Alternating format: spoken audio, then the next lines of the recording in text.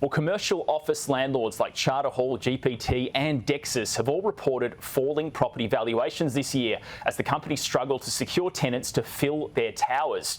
One bright spot on the market has been the small and medium-sized business sector, which according to Collier's has accounted for almost 88% of leasing deals nationally during the first half of this year. I caught up with Cameron Williams, the Managing Director of Office Leasing at Collier's, a little earlier. Look, it's actually been not too bad a year, Edward.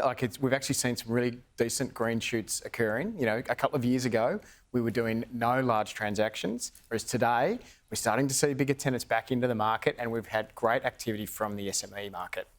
I guess it's fair to say, though, that some landlords are struggling a bit. We've seen some of the big property trusts write down some of their valuations. Is that causing rents to come down at all? Look, we have seen some pockets of distress in the market, and that's seen effective rents in particular starting to drop. So that means that's where the incentives really start to rise up. We haven't seen huge changes in face rents, but there has been certainly parts of the market where we've seen a fairly modest correction to the rents that have been asked. We've got a chart we can put up showing CBD office area leased by size, and it seems like small businesses are in the demand. Yeah. How many employees are we talking about for a company that needs 1,000 square metres or less? A tenant needing 1,000 square metres or less, we're typically dealing with tenants that might be, say, a handful of people, 3, 4, 5 people, up to, say, 70 or 80 people. And that part of the market is always quite active, but it's been really active in the last 3 years. So since the pandemic, you know, they're naturally the ones that respond the fastest.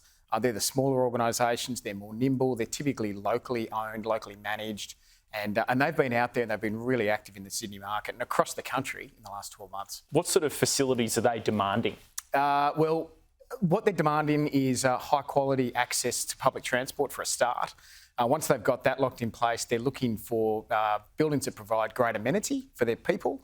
And, you know, they're wanting their people to come in. They're wanting their people to want to be a part of the office experience. So, you know, they're looking for convenience. They're looking for something outside of hours, you know, where they can engage with their people. Yeah, how often are offices full at the moment? Like how many days a week are we talking? Well, what we're seeing is, you know, it's a dynamic market at the moment. People are changing the way that they've worked. We've seen obviously a lot more hybrid working coming into play. And so what that means is that quite often the office can be a bit quieter on a Monday and a Friday, and we're seeing the peak days typically midweek. You also mentioned bigger deals over 3,000 square metres. How big a companies are we looking at there, and what's the sort of terms of those deals? How many, are they long-term leases? Yeah, they are. They're generally very long-term leases. Typically, those tenants are wanting to lock in for leases of certainly 5 years or more. Average term in that part of the market is typically 8 to 12 years, say. We're talking organisations, you know, that can have thousands of employees, and those sorts of decisions, you know, can take many years to come together.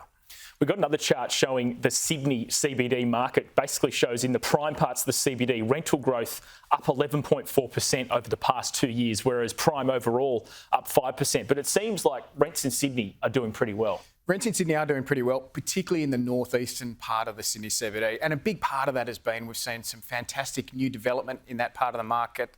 Key Quarter Tower, Salesforce Tower. You know, these sorts of buildings command huge rents, and they're the top of the market. They're the best buildings in the country, if not in the Southern Hemisphere. So they're commanding big rents, and as a result of that, they set the market. And off the back of that, you see buildings that are in close proximity that provide good quality accommodation are also getting bigger rents as a result. Yeah, are there any new big developments that are coming onto the market over the next couple of years that you're excited about? There are. There's a few on the drawing boards.